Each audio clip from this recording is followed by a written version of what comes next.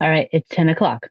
I'm gonna start because let's see here. We're gonna get this started because we only have so much time. Zoom is not going to let us record for the free version longer than 40 minutes. And I want to make sure that we have time to get through the content and then leave room for questions if any of you are on here to ask any questions. And you can do that in the chat. You'll see that on the bottom part. If you're watching this later, email, social media, anything. If you do have questions, I'm happy to answer them. So, hello, Dr. Chantal here. I'm going to introduce myself on the next slide, but you are here to watch a pop-up version of The Perfect Storm, which is our kind of explanation of what chiropractic does and really like how our children got to this point and how you can expect miracles, which is why I have this hat on. So let me introduce myself. Oh, there we go. So I'm Dr. Chantel. I'm a wife, a mom. You'll see on the left side of this, that is my family. We took those photos almost a year ago as I was preparing to open this office. And those are the most important things. Wife, mom, child of God. Those are my like identities, but I'm also a chiropractor. And I started this journey actually after having all these babies. You see in the photo on the right, I was a stay-at-home mom. Um, Military wife, and then God told me to become a chiropractor. I was looking for something to do, kind of, but I was looking for something to help people with because I was a doula, and my goal was actually to help pregnant moms. But the pediatric side really got under my skin, and especially as I saw the changes in my own children. So I really want to focus on my own perfect storm child. That's the one right in the middle there. You'll see her as a toddler. You'll see her as a teen during our adventure this summer, as that was in Gettysburg. That one really changed the course of my life. So she was born not ideally in a C-section birth. I wanted a natural birth. She was breech, very restricted inside my womb. Had to do a C-section, and that was traumatic for me, and that's why I became a doula. But I didn't realize as I got into this work that it was traumatic for her. And we'll talk about it a bit more there later. But then she came roaring into life, always of her own opinion, which is great because I like a strong woman. But as a baby, she cried all the time, terrible colic. Nursed great, that's a blessing, but nursed all the time, was never comfortable, colicky. We thought she was like gas. Not, she didn't sleep hardly ever. Naps were always a struggle. And then at night, she would wake up every 2 to 3 hours for the first couple years of her life. That launched me into a lot of postpartum depression because I wasn't getting any sleep and my hormones are all over the place. And so we had our own little thing going there. Um, as she moved from colic, she became very sensory, tantrumy toddler, um, screaming, crying, always on the move, always, always, always very busy. And so we were just like on walks every single day. And then as she became a child, an older child into those elementary school years, again, sensory, very stern, couldn't handle transitions. None of that, like it was always walking on eggshells with this child. And I remember, trying to send her to her room because she got in trouble and she's clawing the walls, screaming as we're trying to carry her to her room just to take a break. So those are just the instances of it. Now I know she was that perfect storm child because she didn't start getting adjusted regularly until she was 8. At that point, um, I could see the difference. We would just even bring her into the clinic at school, and she was changing so vastly. Like drag her in, force her almost to be adjusted, walk out a different child. And that's when it started making sense to me. And now she is 14 at school. She was homeschooled until this point. She started at school, amazing, good grades, has friends, has her moments, not 100% like robot, but is able to let people touch her, actually lets someone cut her hair other than me, is okay with wearing certain clothes now, is not all over the place. And that is, I know, the power of chiropractic because we did all the supplements and we did therapy and we did, I mean, you name it, I did it. Try to help this child, and there wasn't a difference to chiropractic. So the other two, my boys, they have their own little stories. My middle child is my sick one, and I share his story on our Kick the Sick webinar. But yeah, that was a lot for our family, and seeing the difference in her really spurs me on to see that in other children as well. And yours, I would hope too. So, what is the perfect storm? That is stress stuck on. It is a series of neurological insults to our body, and it has gotten to a point in your child, and even you'll find, but even in your child, that they are all gas, no break, um, misaligned, stress response, everything is go, go, go, panic. They are at a, on that chart, they are at a 7 or 8. So then one little thing can put them at a 10 instead of in that green zone. And it's a series of physical, mental, emotional, and chemical traumas that happen to them from in utero, from the moment of conception on, that shifts their neurology to a stress state instead of a rest, relax, growing state. So you'll see on here, again, what is the perfect storm? The sequence is what matters. So it starts with um, pregnancy. So if we take my case with my child, Penny, my oldest, as I was explaining, she came from a very anxious mom and very stressed out mom, conceived while he was on deployment. Um, So that's stressful. And we see this time and time again in the office and all over in our network of doctors, that prenatal stress is a very, very huge factor into the neurological development of our children. So um, we have things like, think of big things, moves, deployments for military spouses, losses of jobs, losses of a family member, loss of your spouse, loss, a loss, divorce, um, that kind of stuff, or even just a high stress job.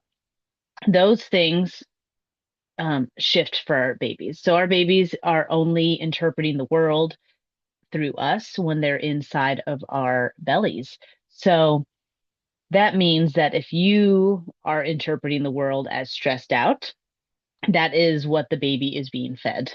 And so when this baby comes out, they're already primed for stress. And that shifts that neurological, um, that shifts their neurology, is what I meant to say. So see that in about 50% of cases. And a lot of time my job is really digging into it, because most of us, I would say my pregnancy with my daughter was great. Did not have that much stress. But looking back, I can see, okay, yeah, deployment. I'm already an anxious person, so I'm shifted that way. And then not only that, but we were part of a medical system, because she was a hospital birth, and a medical system is also primed for more stress. Okay. So there's that 50% of cases or so, prenatal stress. Then we have our biggest stressor. Hey, everyone, I see you kind of hopping on. We're talking about the perfect storm right now. So prenatal stress, 50% of cases, and things that we don't think about are that. So biggest thing I see is a medical intervention at birth. And so this is so common nowadays. And we're talking about inductions. Maybe your induction went great. It's still a medical intervention. We have epidurals. We have C-sections. We have forceps, vacuums, so on. Any type of intervention, as long you're not giving birth in the forest with deer, as your midwives, that is a medical intervention. And I had that with definitely with her, because again, she was a C-section birth. And I see this time and time again when I'm taking a history of a child who comes in with autism and sensory processing disorder. Almost very likely, I would say they have some sort of medical intervention. Or a child with colic, a baby with colic. Yeah, probably a C-section or an induction. Induction, a lot of us don't think about that being a huge intervention because it's so common. But if you think of the abnormal forces on the uterus pushing on baby's head and torso can cause that more physical stress. And we go into that further if that is your case.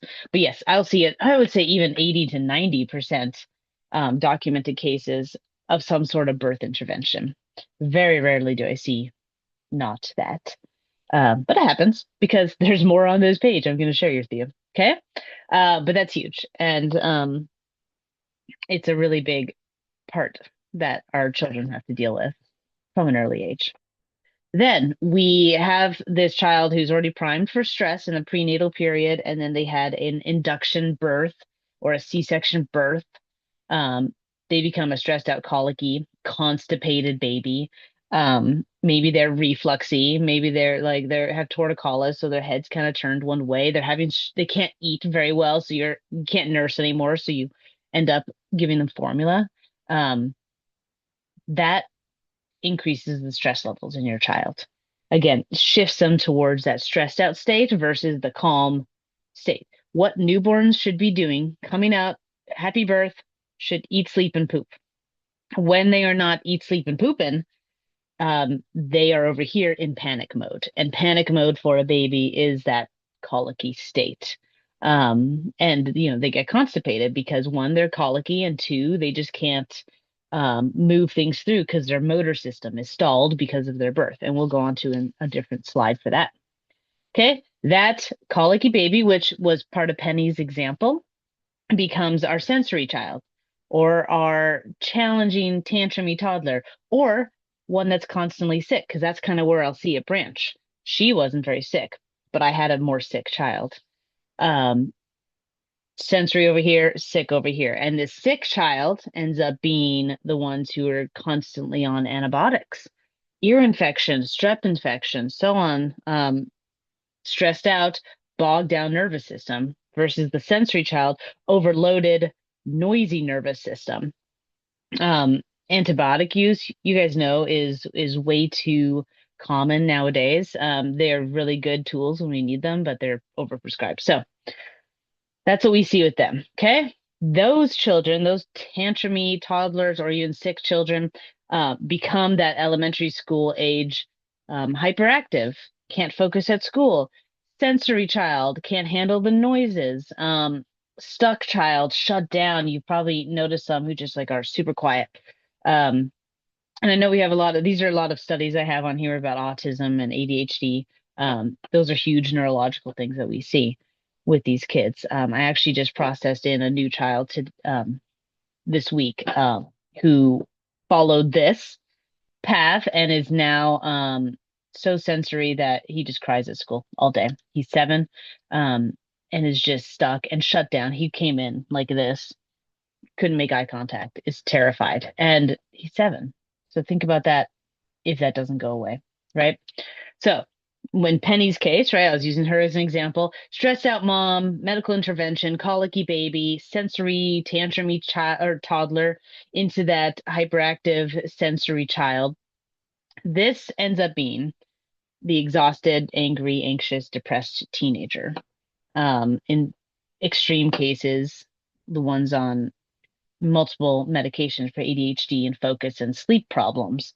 Maybe they have an autoimmune issue. Maybe they're like sick all the time, so they're missing school, or they're depressed because they're so torn down at that point that they can't handle it. Don't fix that, becomes a burnt out, stressed, anxious ADHD adult. And you might be able to relate to that. I know I can relate to that and looking at my own sequence of stressors in my own life. And then us burnt out, anxious adults are having the children, and the cycle continues.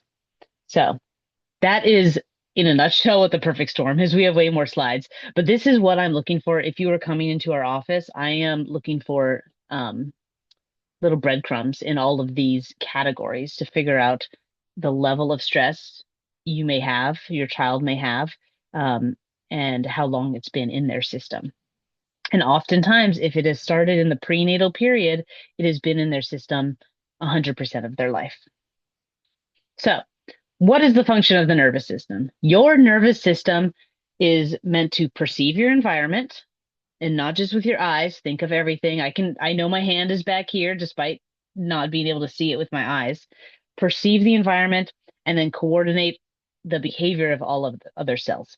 So what happens, simply put, you have sensory information in. So that is like I'm touching this table. My brain is then inputting the information. What is the brain supposed to do? Perceive, coordinate behavior. So then it goes back out. The table is safe in this case. Say if it's a sensory child, there is noise outside. There's a lot of noise. Your brain then takes the information. Okay, this noise is okay. We can handle it and coordinates. However, if it's a sensory child and we have an overload and stress stuck on the system, they perceive that as danger and they react as danger. Um, they have a tag in their shirt, which honestly, I can feel one in my new shirt, my new sweater here. Your child has a tag in their sweater. They feel it, can process it, know it's okay, know they can deal with it later, shut it down, whatever. Sensory child feels that tag in their shirt, goes into panic mode, behavior comes back out. Do you see the difference? Okay. So altered perception is what we call subluxation. That is the altered pathway in our system. And that leads to altered function. Function is that behavior. So brains are built bottom up, back forward over time. You guys know, I'm going to give you a quick brain lesson. The front part of our brain is where we are processing the higher cognitive uh, processes, logic, socialization, so on. Kids who are stuck and subluxated are stuck in these back order processes. Um, these are built with neuromotor systems moving. Think of a baby. A baby comes out not thinking too much, like, eat, sleep, and poop. Remember, that's what they have to do. These are all motor system things they need to do. If they can't eat, the motor system is altered. If they can't sleep, the motor system is altered. If they can't eat or poop, the motor system is altered. You don't have that foundation. So these other parts, as you see on the left side of the screen, of the nervous system still kind of develop because like the baby's gut is still going to develop. They're going to still kind of have an immune system. They're going to have some speech, but they're altered. So if they don't get the foundations in the nervous system correct, we may have some gut problems. That leads to immune problems. And then that could lead to like speech delays or speech issues. Then it goes higher order brain stuff, social, behavioral, emotional. So the hierarchy of neurological health and healing is three steps. Autonomic nervous system develops first, and then the motor system, and then the gut immune organs, so on, system third. So the autonomic nervous system is the first thing to develop in utero. That's your brain and your spinal cord, and then all the nerves that go out everywhere. The motor system. So think about babies, even in the womb, kicking and stuff. The muscles develop next, and then the organs and everything develop third. So if we have an issue with the autonomic nervous system, then motor systems can be delayed, and then organs are going to be delayed. So that's why when you are taking supplements to help a child who has immune problems or gut issues, or even sensory stuff, um, we're not going to get quite right. That's why if you're going to OTPT to help your child, which is a very valid, both of those are very valid. If you don't have that foundation of the autonomic nervous system, it's not going to work to its fullest. You're going to plateau, or you might just be like, why am I dumping supplements into this child or doing these therapies on this child? Because you don't have the autonomic nervous system. So my algorithm, if you're coming into the office with your child, my job is to figure out how much of that stress, how much of that physical stress, mental, emotional stress, and chemical stress has built into your child's body or your body if you're coming in as an adult, and then when this occurred. That determines how much care you need and how long it will take to get neurological balance.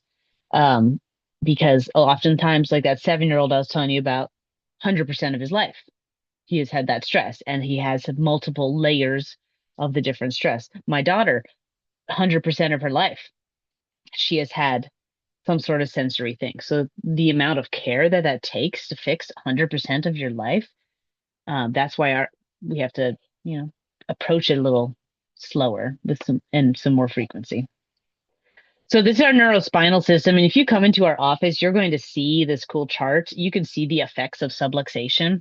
But this quote is just my favorite. The spine serves as way more than just ligaments and bones and everything, which is going to be your standard chiropractor view of things. It's neurological. It's a super highway between the brain and your body, and that's why when we're adjusting, it's not just like I don't want to like minimize it. It's not just your spine that's feeling better. It's your brain. Your brain is just getting a flood of healthy information.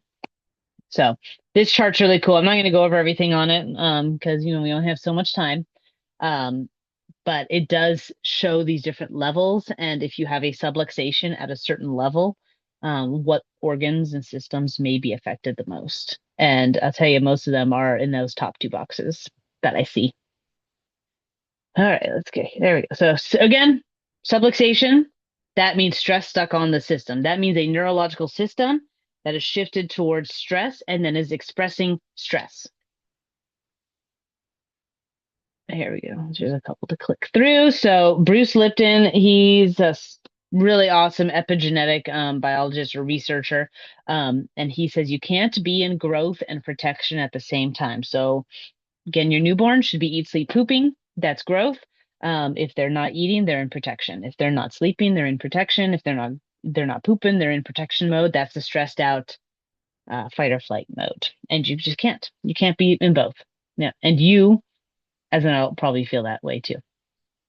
So I'm going to give you a little bit of science lesson here. So these are 5 Ds. We actually have like 14 Ds, but we're just going to talk about the first five. This is what happens in our system. Um, Say you had a vacuum birth. Okay. This child's head is pulled from their spine just a little bit, traction comes back, problems. Okay. I'm very simplifying it. This is the spine twisted up.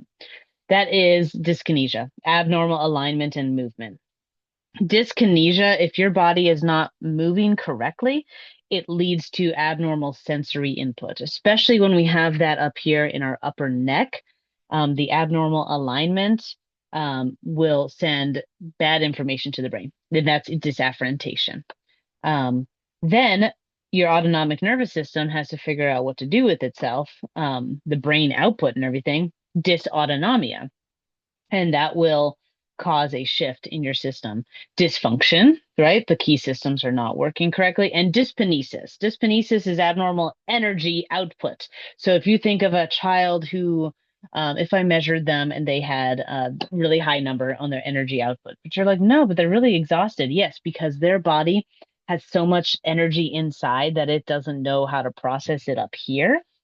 um, by the end of the day, they're coming back home with tantrums and fits and fights because their body is struggling because it has so much of this abnormal energy. Or for us adults, we tend to have more energy expenditure up here in our neck and our shoulders, and not enough below, and we end up hurting our back.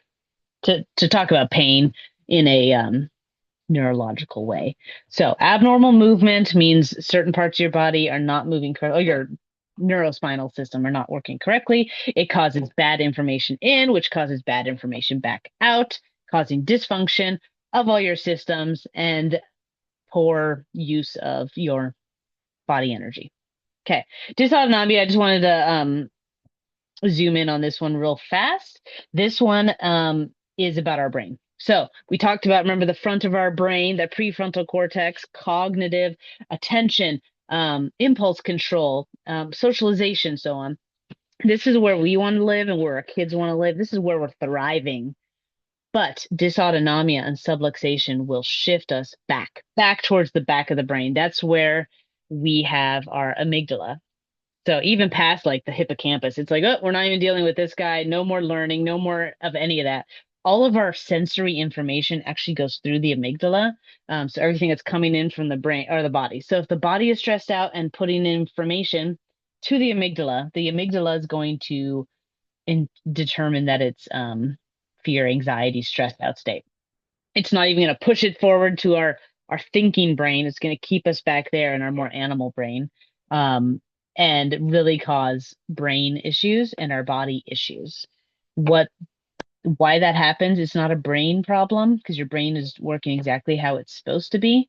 It is a subluxation problem in your neurospinal system. So if we adjust a specific area in a specific spot and clear those subluxations as best we can, or give them, not really clear them, but give them good input, the amygdala can shut down and we can push stuff to the front. Again, hope that makes enough sense. Trying to simplify it as much as possible. So we're not realizing as a society what is causing this. Okay. Like I said, I've had a C-section birth. She was born actually breech C-section, but that causes neurological issues on both ends. But um, a vast majority of babies are being born like this. We actually when we do the full workshop, we watch a video of this child being born, and it's not pretty. It's not, it's they're using a vacuum on his head, pulling, twisting, grabbing, pulling, twisting, pulling baby out. We are hurting our future generations by damaging their very precious neurological areas in their upper neck.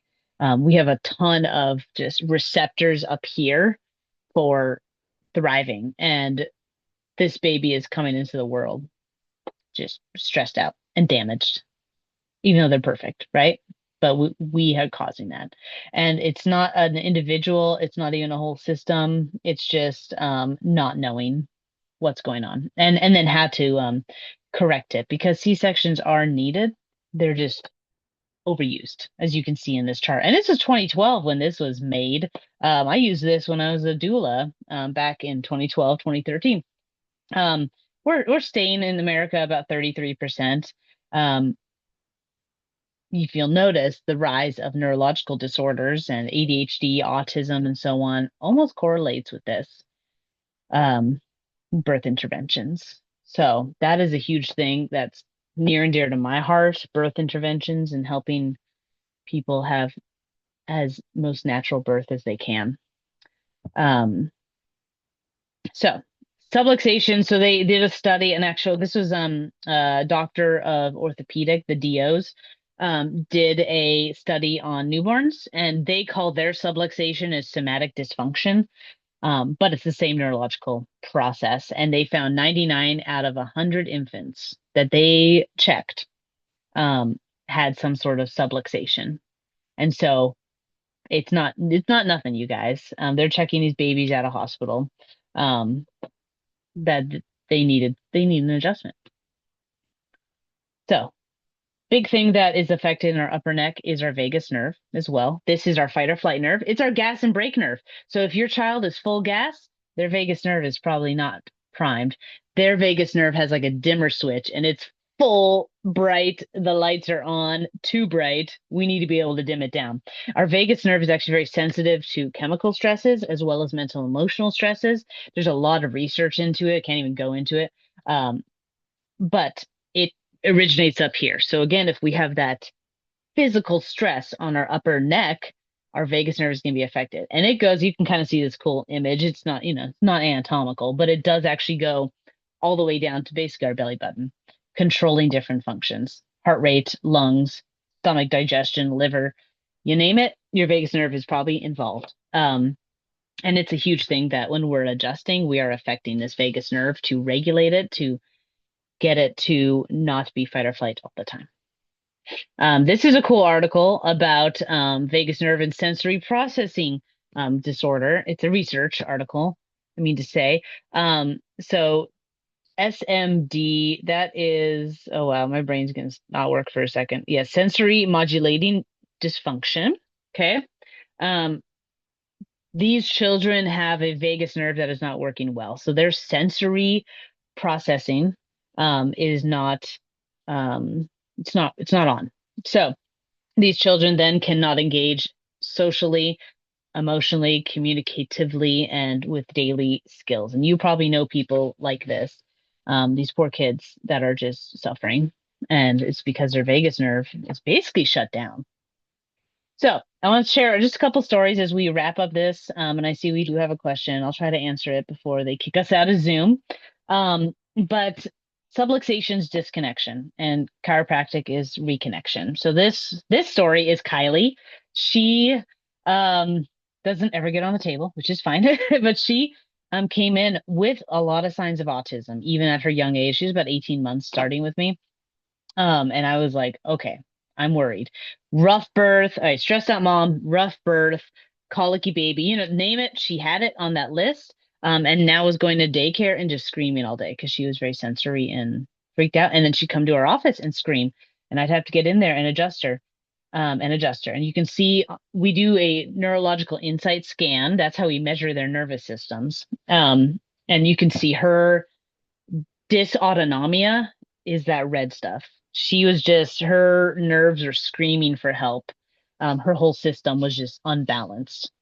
So we've been adjusting her, and one day it's like a switch flipped, and she has been the happiest baby, happiest toddler. People at her school have noticed, her family has noticed, her mom is amazed. She's sleeping, she's not screaming, she's sensory. She comes in, she waves, she's talking now. She wasn't even talking before. Um, and she's just awesome. We love seeing her. She'll come over to me, get her temperatures, get adjusted, wave bye when she's done, and get out of here. She's matter of fact. But you can see her scan. Her dysautonomia has calmed down, and her nervous system is regulating. And it's just, she's a star. This next slide, a bunch of other stars. We have Finley on the left, who wouldn't even ride a bicycle because he was having coordination issues. He's good. We have Henry, who's speaking clearly now. Underneath Henry, we have Collins, who is a reflux baby and had got off all her medications.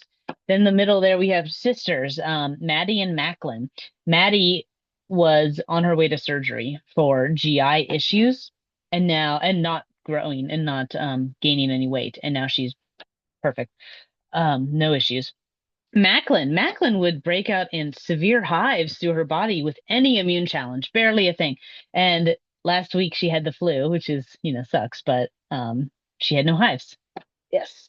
And then we got Griffin here. Griffin had to be carried into the office because he was so shut down with anxiety and sensory overload that he couldn't look at anybody. He wouldn't walk in the building. He could barely be touched. And he never slept. And he also never got sick. He would get strep, but he had no fever. So his immune system was shut down. He was completely exhausted and shut down.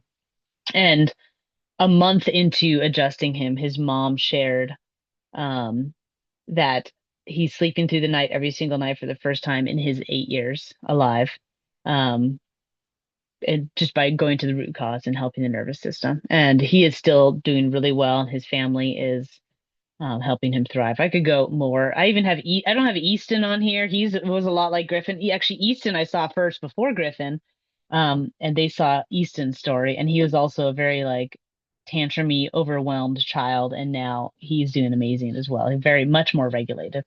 Um, all wonderful kids, love them. And if you ever come by our office, you'll see them. So you have three options. Okay, we have traditional Medicare, medical care. Um, is it working for you? Right? You have functional medicine, which can be helpful, but I don't think it goes to the root cause. Neurological chiropractic care goes to the root cause. So what do you do now? You keep looking for help, and then you can schedule with us. All right, we're doing a special deal, $75 for a new patient visit. And that includes your first two visits. You get a consultation where we dig into your full history. You get your neurological scans. As you can see, my daughter there getting her scans done. This measures the nervous system, pinpoint areas where we can actually determine how stressed the child is or you are, and how long you've been stressed. Um, and then the next appointment, we do a report of findings, my care recommendations, and then we start adjusting. Um, I wish you guys could be in my office every day so you could see what I see in the changes of everybody. It is such a rewarding work, and I want everybody to feel that too. I think that's the last slide. That is the last slide. So I'm going to come on here. I don't know if I can stop share here. Okay. Um, I did. Okay. So Chris, Yeah, so not a question, but yes, so she loves these explanations for the kids that she used to work with, and that you've encountered. Yes, we encounter them every day. And that is, it's hard because we know these kids who are so bright and beautiful and energetic and quirky in their own way, and they're not being able to express that because they're struggling. I'm not trying to take someone's ADHD away. I want them to use it and harness it for their good, right? That's what I'm doing, and my daughter is doing as well. Um, I just want them to not be fighting with themselves. So, um, I'm going to end this because we're going to be closing in a couple minutes unless no one else has any questions. If you're watching this later on the recording, feel free to always send us a message again if you have any questions. I would love to help you answer it for your child or for yourself. And yes, it's $75 to come be a new patient. You have to book by February 28th. We can see you in March, but get on the books at least. Um, let's get your kids neurologically sound and better. Okay. Thanks for hanging out with me. I'll see y'all soon.